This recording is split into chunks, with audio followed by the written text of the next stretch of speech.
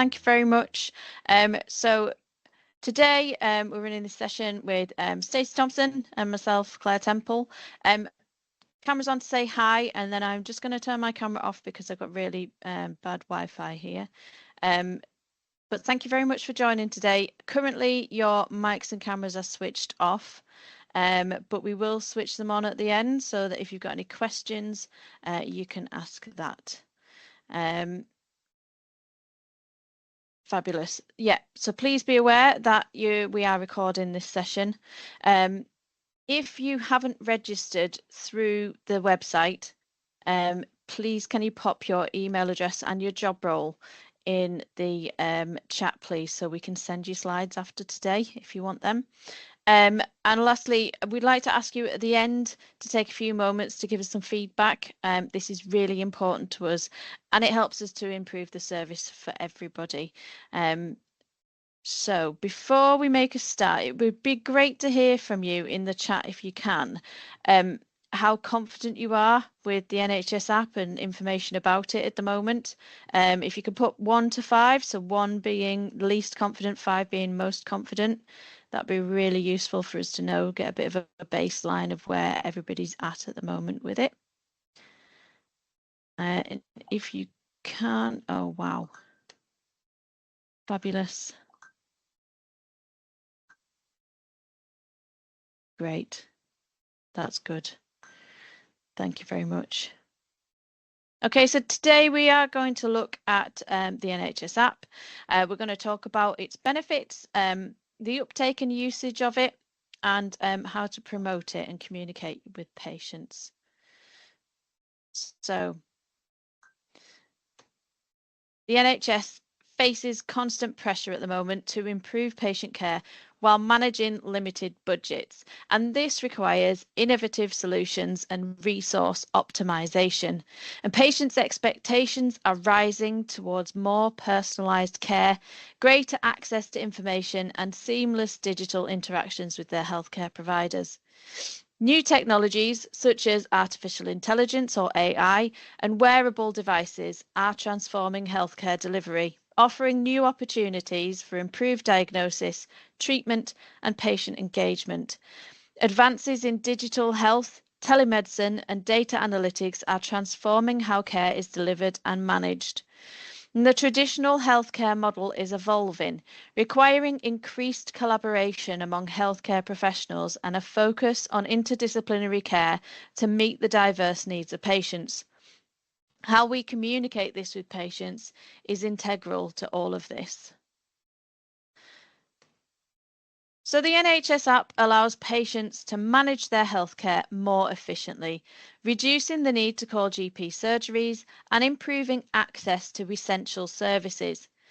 Patients can receive secure messages from their GP practice and other NHS services, provided notifications are enabled in the app and the device settings.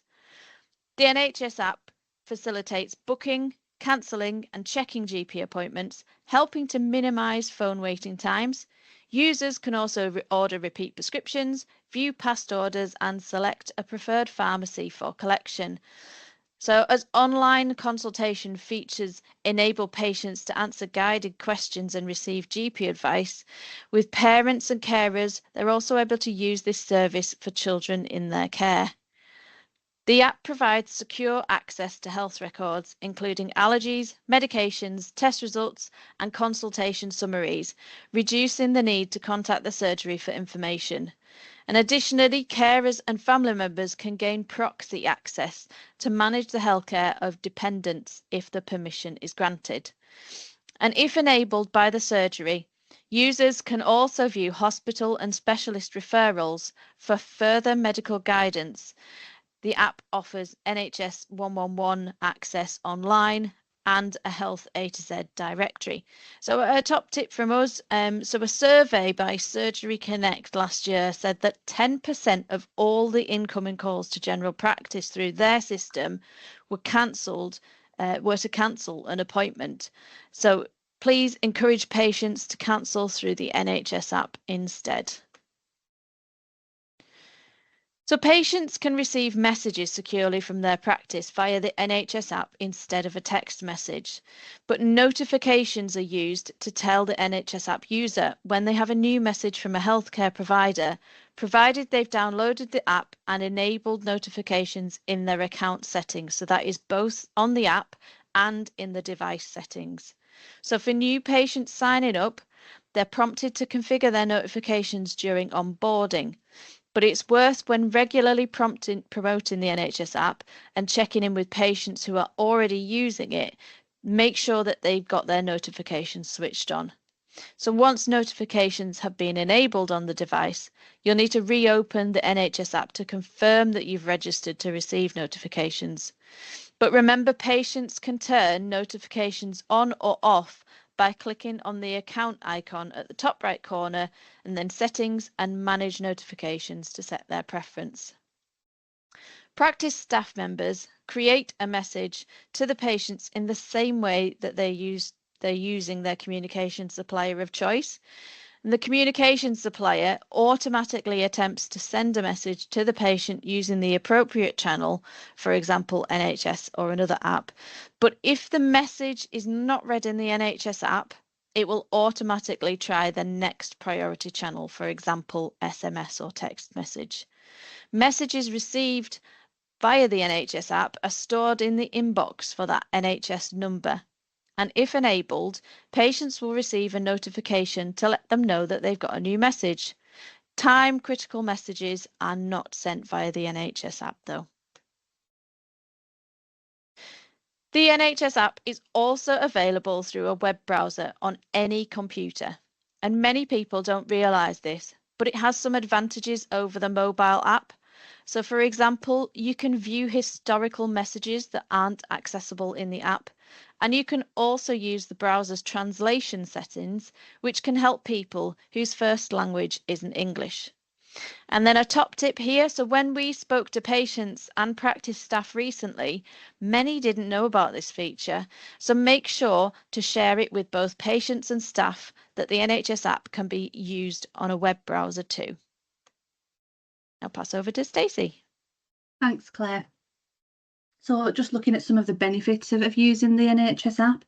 NHS app offers several benefits for GP practices by improving efficiencies, enhancing the experience for staff but patients as well. It can help reduce costs. So Claire's mentioned sort of messages. So it allows messages to be sent for free, cutting down on the text messaging and indeed postage expenses. So by enabling patients to book appointments and order prescriptions online as well, it decreases administrative requests, frees up staff for more valuable tasks. The app also reduces the number of telephone calls and in-person visits, easing the workload for reception teams. Patients can verify their own identity through NHS login and again saving staff time on that verification process. As patients can cancel appointments easily, it helps with our do not attend rates, making appointment scheduling more efficient.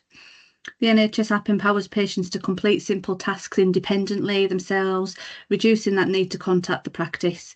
Communication between patients and healthcare teams then improves and leads to higher levels of satisfaction. Additionally, I think better information sharing enhances patient safety by reducing mistakes, any duplications and complaints. Time saved allows practices to focus on improving other services, ensuring a better experience for all patients, including those who prefer or need traditional methods of contact. So some GP practices worry that setting up the NHS app is a little bit complicated or that patients won't use it. That's not necessarily the case. So we're just going to have a look at some of the myths around using the NHS app now. Over 33 million people in England are already registered with the NHS app, and that number keeps growing. By encouraging more patients to sign up, practices can streamline communications and reduce the costs. So just looking at some of those common misconceptions now. People say it's difficult to set up. Not necessarily the case. It does just take a few minutes. Most patients can register themselves with relative ease. Practices can also support patients with some simple guidance. Second one, patients won't use it. I think, the figures we've got there, it shows they already are. Millions of people are actively using the app for appointments, prescriptions, and to view the health records. Once they are registered, they can receive messages instantly. And the final one there, we already have a messaging system. Why pay for something you can get it for free? Messaging costs can be a significant factor rising across the NHS. So the NHS app offers a secure, cost-free alternative to sending via SMS where it's available, helping practices save money and improving communication, keep everything within the app. So the fact we've got on there, did you know? I think this is an interesting one. In the month of November 2023, 3.2 million monthly repeat prescriptions were ordered in that month alone. By November 2024, so the same month a year later, that had increased up to by double. So that was 7 million. So I think it shows how much it's increasing over time. There are targets around NHS app usage. So by 2025-26, healthcare providers are expected to prioritise NHS app first communication, with messages being sent through NHS Notify by default. So using that approach will ensure a secure, cost-effective and an accessible way of communicating with our patients. However, it's also important that digital inclusion remains a key consideration, and we're ensuring that patients who may struggle with technology, they aren't left behind. To fully support digital healthcare, all GP practices must enable core NHS app capabilities, again by 2025-26. So that includes access to health records, online consultation services, appointment booking and management of appointments, prescription ordering, and patient messaging services and online registration. So by ensuring that all of these features are fully implemented, patients can have greater control over their own healthcare, reducing the need for unnecessary telephone calls and face-to-face visits. Greater emphasis on NHS app adoption makes accessing healthcare quicker, easier and more efficient for patients and for healthcare providers. As more and more services move online, practices do benefit from reduced admin pressures, allowing them to focus resources where they're needed most. So to support this, practices should be actively promoting the NHS app to patients, providing guidance where necessary to ensure maximum adoption and usage. So this is the screenshot of Redmore Health's Digital Maturity Index, which is a collection of data sets that we've pulled together in a visualization tool. Provides valuable insights into practice, primary care network, or ICB data. It tracks NHS app registrations as part of the dashboard, patient activity and trends, and we can look at the number of appointments booked or cancelled and the number of prescriptions ordered on a month-by-month basis. So by using the Digital Maturity Index, you can gain a clearer understanding of your organisation's data. This is allowing you to set measurable targets, monitor progress, and identify areas for improvement in patient engagement and with digital adoption. If you haven't used the Digital Maturity Index or DMI previously, we can arrange a 30-minute telephone call as well to guide you through the data and explain how to interpret that effectively. So do reach out if that would be of interest. This one is taken from the NHS App dashboard, available to anybody who has or can create with an NHS email, create an Okta account, and this data is updated weekly on Tuesdays. So this dashboard provides valuable insights into how patients are using the NHS App. So it includes monthly and running totals of NHS App registrations, number of logins to the NHS App, number of appointments managed via the app, including a breakdown of those appointments who are being booked through the app and then cancelled. And then moving on to the next slide, if you navigate to the usage tab within the NHS app dashboard, here you can explore those monthly trends in a little bit more detail. So for example, the bottom left one is where we can see the number of appointment bookings and cancellations, and again track that month on month, again filterable down to ICB, PCN and practice level. You can look at repeat prescriptions ordered, and again that sort of shows the month, the month on month increase, that the more people every month in the main using the NHS app to order the repeat prescription. You can also look at organ donor registrations as well, for example. So as I said, you can filter these to region, ICB, primary care network or individual practice, and allows you to focus on data that's most relevant to you in your areas. The jump offs page, this feature I think is really quite interesting, a useful tool. So it shows which external services patients are accessing through the NHS app, so you can see what's of interest, what's of most use to your patients. Again, this data is available at national level, but you can apply those filters to region, ICB, PCN practice to be able to see local variations in usage. So some key trends, this is the national data. So there's a high traffic to Patient Knows Best, which is a platform that integrates with the NHS app and allows patients to log in and access health records, test results and letters. And then other ones are sort of frequent use of the NHS electronic referral service to allow patients to manage the referrals out to secondary care. Other high engagement typically tends to be online consultation providers. So patients are clicking through to book virtual and online consultations, contact the GP in that way. Also significant usage of linking through to NHS 111 online. So patients are using it to seek urgent care advice or self-assessment tools. If you haven't seen or tried the NHS time-saving calculator yet, I would really highly recommend that you use it for at least a week if you can in your practices. By tracking your data, you can identify key areas for improvement and uncover valuable time-saving opportunities. The results could also provide strong evidence to support discussions with partners, clinical directors about the potential need for additional hours to properly plan and implement efficiencies.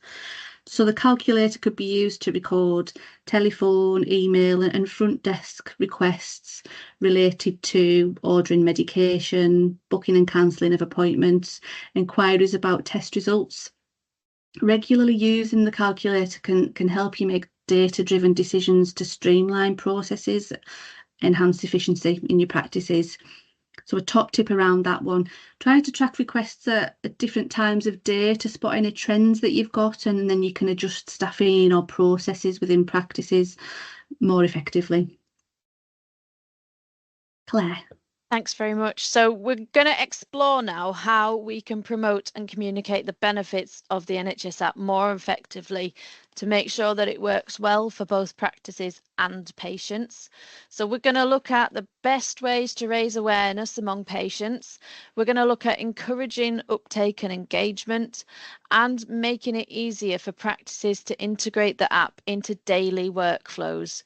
So by improving your communication, we can help more patients access healthcare services digitally, reducing pressure on reception teams and improving that efficiency. The NHS app is a valuable tool and it can streamline practice operations. It can also improve patient experience and reduce the workload. So by integrating it effectively into your workflow, you can help patients to self-manage their healthcare while freeing up staff time. So one of the key areas for integration is appointment management. So encourage patients to book, cancel and manage their appointments through the NHS app, and that could significantly reduce the volume of phone calls and the pressure on reception. Similarly, enabling patients to request repeat prescriptions through the app creates a more efficient and a seamless process, reducing the admin workload. Providing patients with access to test results via the NHS app can also be a game changer, but that needs a bit of support from the practice communication. But this feature helps patients stay informed without the need to call the practice, allowing staff to focus on more complex queries. And in addition, the app's secure messaging function, as we just spoke about, can be used for patient communication, reducing the need for text messages and phone calls. And ensuring that new patients are introduced to the NHS app as part of the registration process is another really important step. By promoting the app from the outset, patients can encourage digital adoption early on, making it easier for patients to engage with their healthcare online. And to ensure digitally excluded patients can access the NHS app, consider proactive approaches that address different barriers.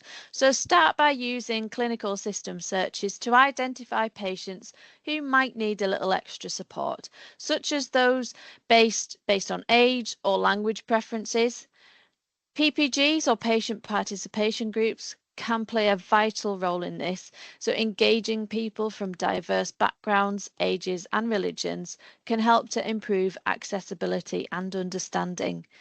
And testing practice websites with screen readers ensures they're functional for visually impaired users.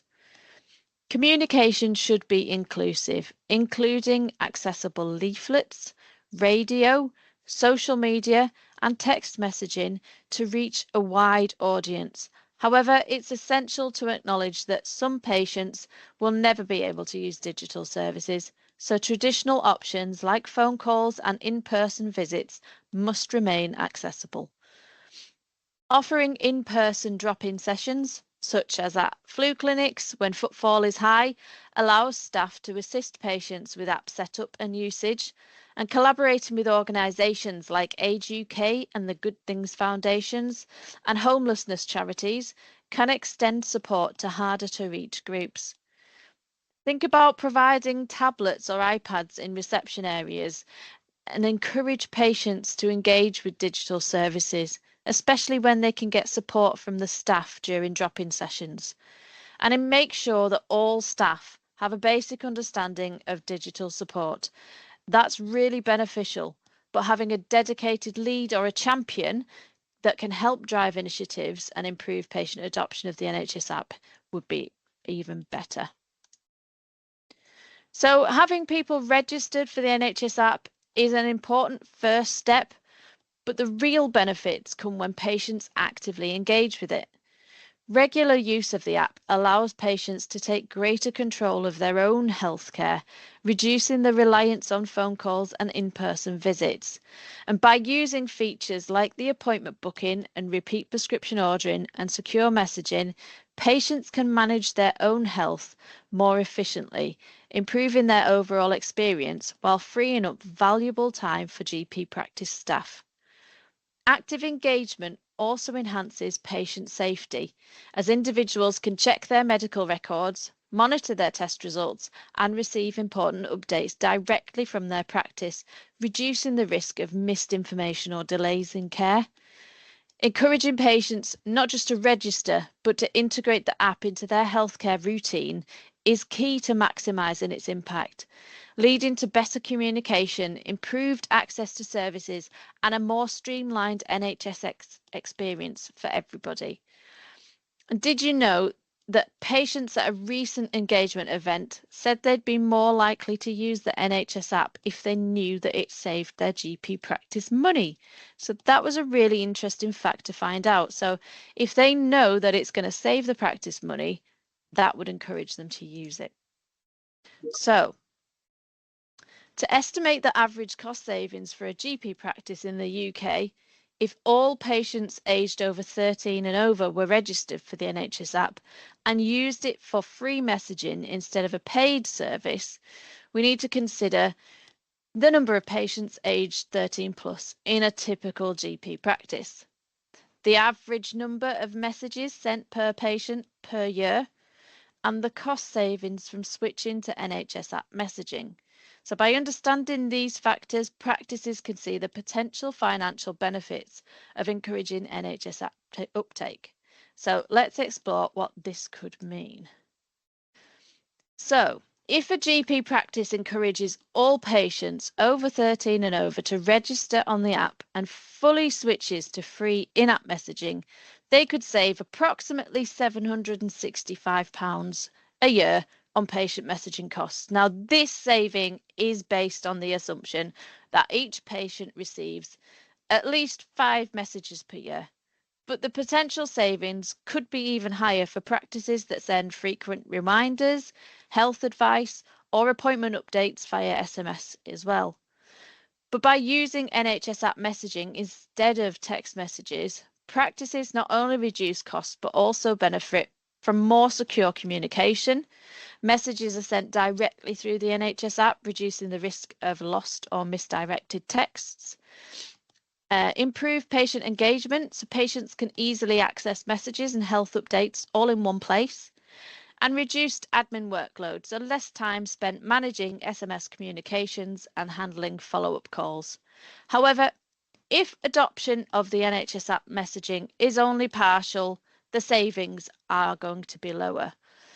But to maximise the cost benefits, practices should promote the NHS App. So during consultations on their website and through practice communications, help patients register by offering guidance and support, especially for those who are less digitally confident, and monitor the uptake and engagement to ensure that the transition to in-app messaging is effective.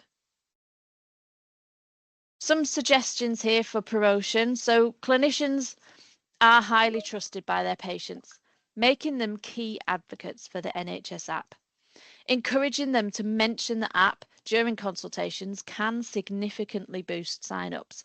So for example, if a nurse takes the patient's blood, they can inform them that the results will be available on the app. To increase uptake, staff should ask patients to sign up again with reception before leaving the building. And keep patient records up to date is essential. Make sure that mobile numbers and email addresses are accurate at every interaction.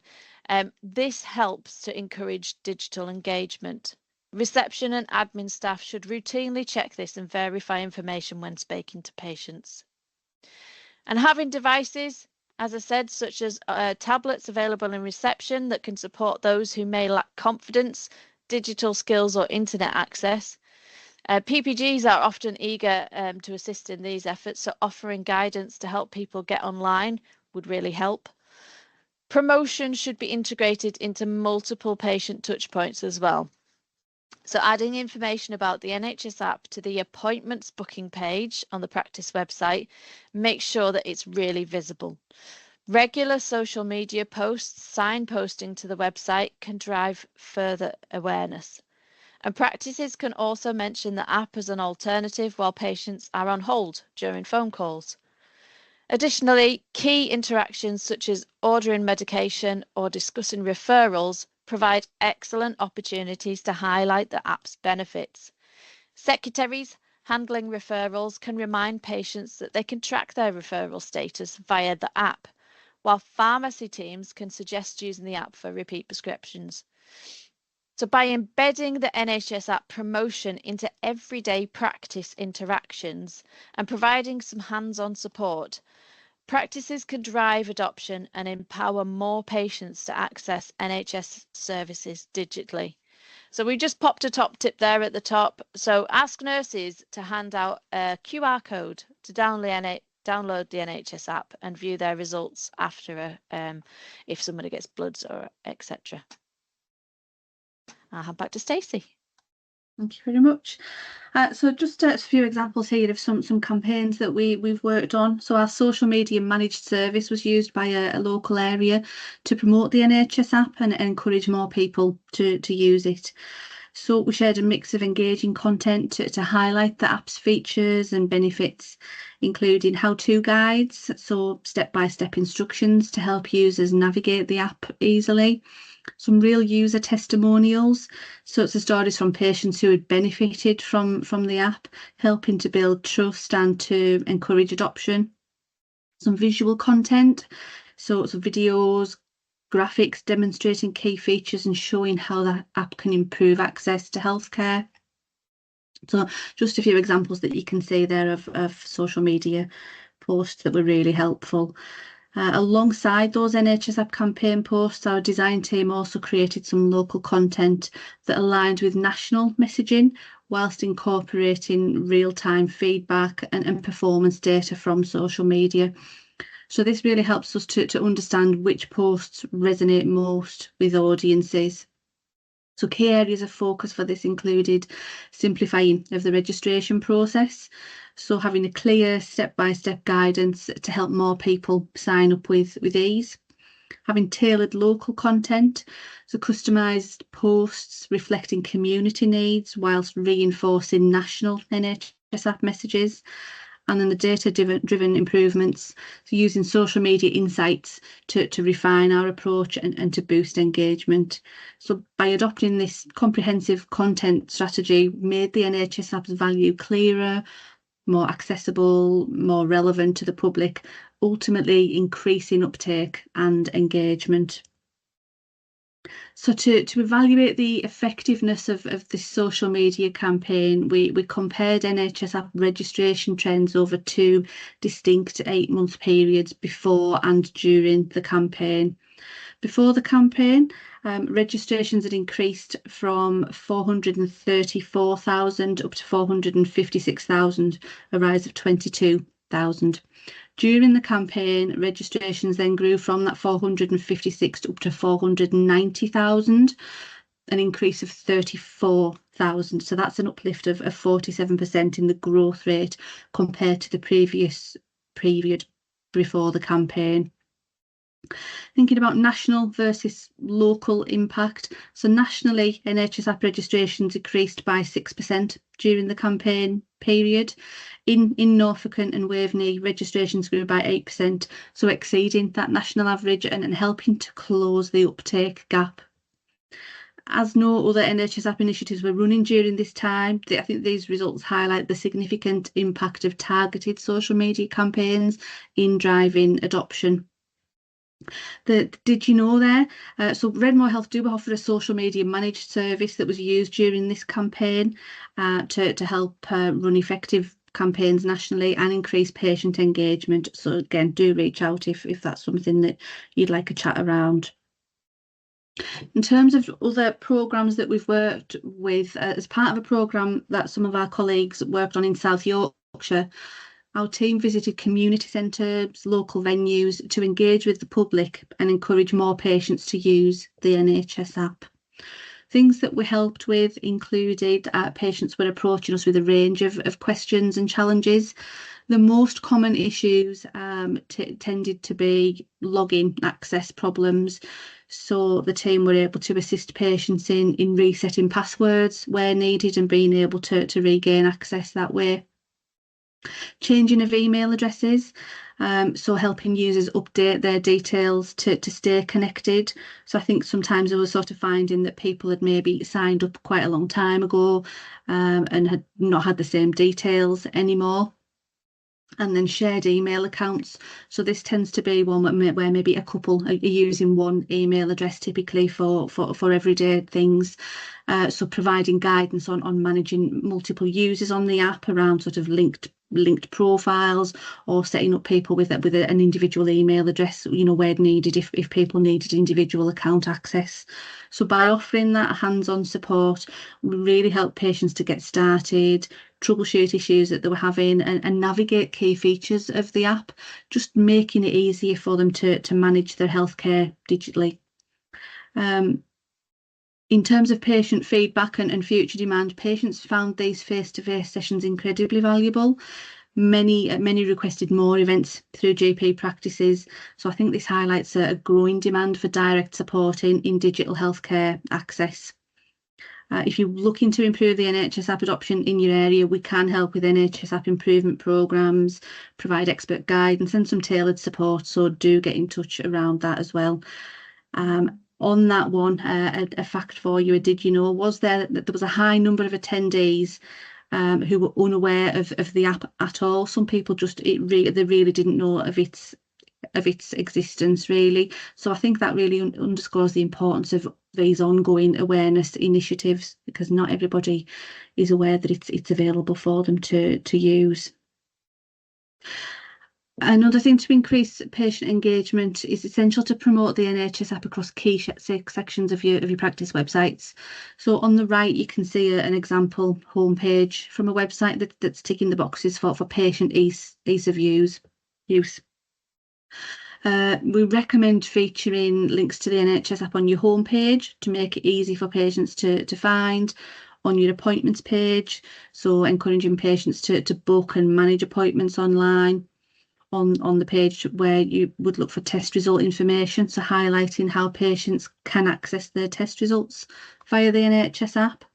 On your prescription page, so promote ordering of repeat prescriptions via the NHS app, and then any other relevant pages, so ensure consistent messaging throughout the site.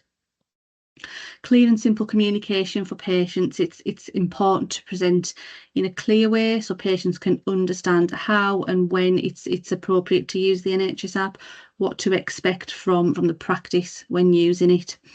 We do also offer a website review service to assess key features for on websites for effective patient communication. So get in touch if that's via our support email, which we'll add to the chat as well if you'd like more details on how we can support there. Patient participation groups can play a key role in helping practices and patients benefit from digital healthcare. By promoting the NHS app, your PPGs can reduce pressure on surgeries, improve patient experience, and encourage more people to manage their health online. One way PPGs can help by raising awareness in the community. So share information at any meetings, local events, any community groups that they're involved in, and it can introduce more patients to the app and the benefits that they can gain from using it. So encouraging conversations about how it simplifies the tasks such as booking appointments, ordering the medication and being able to view records can help people feel a little bit more confident about using it, and they know that other people in the community are using it and getting benefit. PPGs can also provide that practical support as well, especially for those who are less familiar with technology. So if they can help by offering drop-in sessions or informal guidance to help patients download and set up the NHS app to make them more comfortable with digital services. It can also work with the practice to ensure that posters, leaflets and any website updates are promoting the app to increase uptake. Word of mouth promotion is another effective approach. Patients who are already using the app can share positive experiences, reassure others it's easy and it's secure. PPGs can also be used to gather feedback on patient experiences as well, to help the practice address any concerns and to improve digital adoption. So a top tip around this, invite your PPG members to offer support at something like a patient event, such as a flu clinic is a good example. If we've got a few PPG members walking around or a presence there at a flu clinic, and get people sort of on board at that point. The NHS App Ambassador Scheme. So NHS Digital is actively seeking ambassadors to help promote the app and to encourage more people to use it. As an ambassador, you can spread the word about the app's features through your own networks, through family, friends, colleagues, patients, and play an active role in promoting the app through various engagement activities such as email outreach, social media campaigns, face-to-face sessions, general networking, and even local media. You're also encouraged to use any other promotional methods that best suit the community. Ambassadors receive a range of promotional materials, including posters, social media images, content to support their activities. And in addition, you get a regular ambassador newsletter, which is brilliant and features updates on the NHS app, highlighting new features, tips from other ambassadors. So you've got that sort of peer network to help you share the message effectively. It's a completely flexible role, no minimum time commitment required, easy to fit around your availability and your current role, but a real opportunity to anyone who's passionate about digital healthcare and about patient empowerment. If you're interested in becoming an NHS App ambassador, there is a link on the slide. We will include that in sort of follow-up resources that we're producing as well. What's also available if you don't have an NHS email or you're working with sort of community groups, there is a link on the slide at the top there that takes you to a sign up for external users. So ideal for PPGs, people who may be working in libraries, for example. They can fill in a Microsoft form and sign up to get updates outside of the NHS as well. So that's a really helpful tip for you. So at Redmore Health, we try to specialise in making complex NHS information clearer, accessible, breaking down key healthcare guidance into practical, easy to use resources that support primary care teams. So one of the key resources that we've created around this is our NHS App Quality Improvement Guide. So it's a structured document designed to help practices maximise benefits of the NHS App through a step-by-step improvement plan. Includes hints, tips, practical tools to support implementation, increase adoption and streamline practice workflows. So if you'd like a copy of this guide, email our support team and we can arrange a call with you to walk you through this and how to get the best use of it. Claire. Thanks very much. So if you're looking for more resources, insights and discussions about the NHS App and other digital and transformation projects, make sure to sign into the D&T network. So the D&T network provides a collaborative space where you can connect with other professionals, share experiences and stay updated on the latest developments in digital healthcare transformation. We have updated it with lots of NHS App resources and we've got some good conversations going about the NHS App, so it'd be really good to get involved in that. You'll also get, there's a community forum. The idea is to exchange ideas and best practices in there. There's free webinars, including sessions like this one today.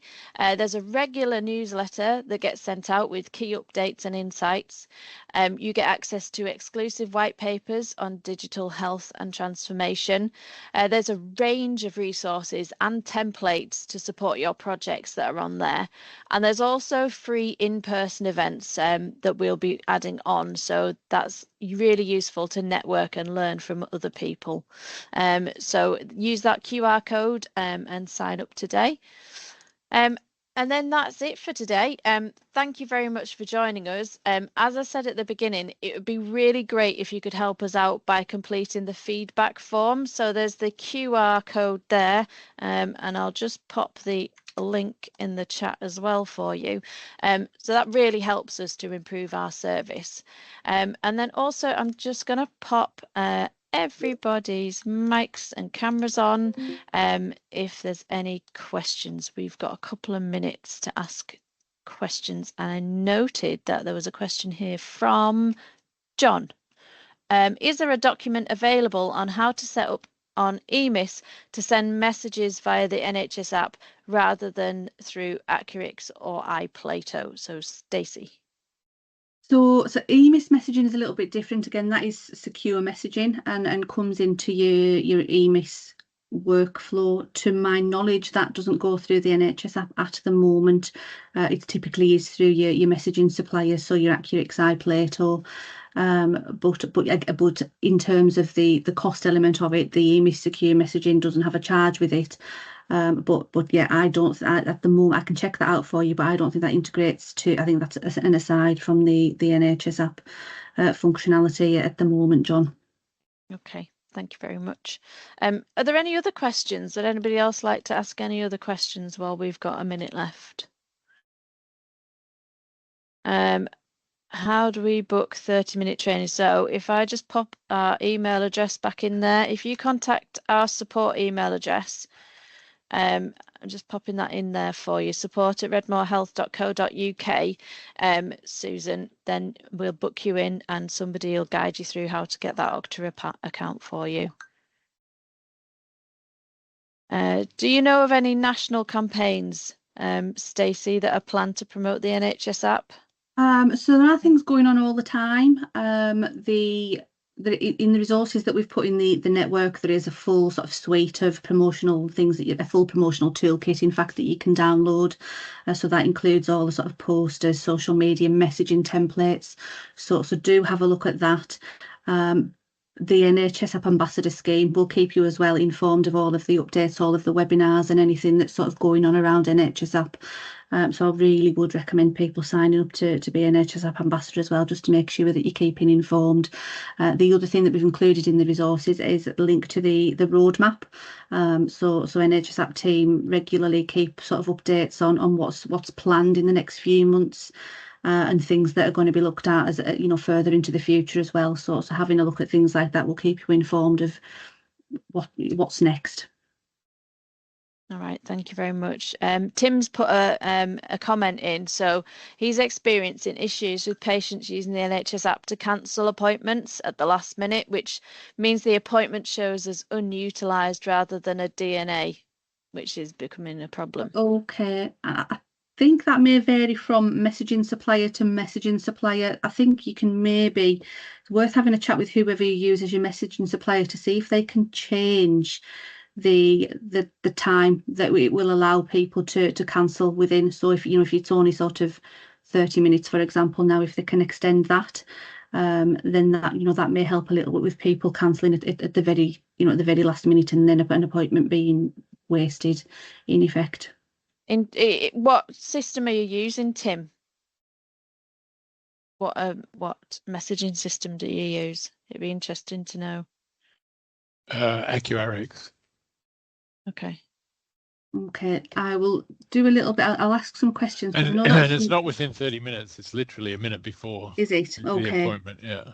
Right, yeah, because that's, I know initially when they sort of first became integrated, there were some discussions around what that timescale would be. So I will check what the situation is with that now and get back to you, because yeah, I suppose it's that balance between you would rather know that a patient wasn't turning up, but obviously if it's too close to you being able to use that appointment, that is still a wasted appointment. So let me check what the actual date, the details around that are, and I'll pick up with you outside of this. Thank you. Thanks very much. Angela, where can I find the digital maturity matrix? So it's available through Redmore Health, through any of our services or programs. If you want to know more, just email that support email address and we'll set up a call and talk you through it. Will we send out the recording as well as the slides? Yes, we will. Okay. Amy, I'll send you a link to the Okta, to the Tableau. Yeah, and I've included that link, the details around the Okta, the Tableau account, again in the resources that we've compiled in the network, the D&T network. Fab. Okay. So unless there's any more questions, thank you very much for joining today. I hope you found it useful. And like we said, if you need anything else from us, please give us an email at support@redmorehealth.co.uk and we will get back in touch with you. Thank you very much. Thanks, everyone. Thank you. Thank you.